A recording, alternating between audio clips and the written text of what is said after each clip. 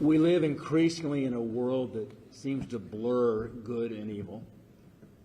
And perhaps what's being discussed today will bring some moral clarity to the forces of good and of evil. And the forces of good,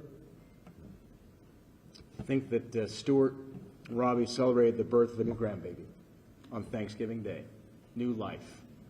The forces of good, it was 4 years ago today that President Trump authorized that the U.S. Embassy be moved to Jerusalem.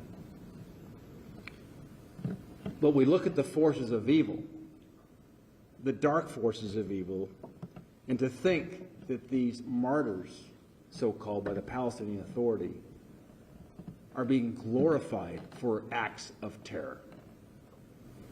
My sweet wife Cindy and I remember clearly a day a few years ago when we were walking in Bethlehem.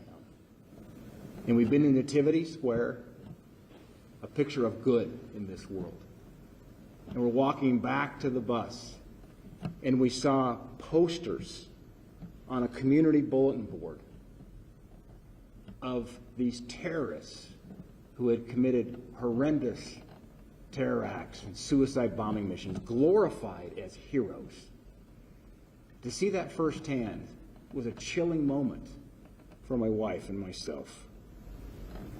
But to think that these terrorists are not only being idolized, but also being paid, and paid significant sums of money to commit these horrendous acts of terror. It's time to close these loopholes. I want to thank the leadership, Senator Cotton, getting this bill moving forward, and Lindsay, what you have done to get this process going forward here. It's time to close the loopholes and strengthen the Taylor Force Act so not another penny goes to these terrorists for committing these horrendous acts.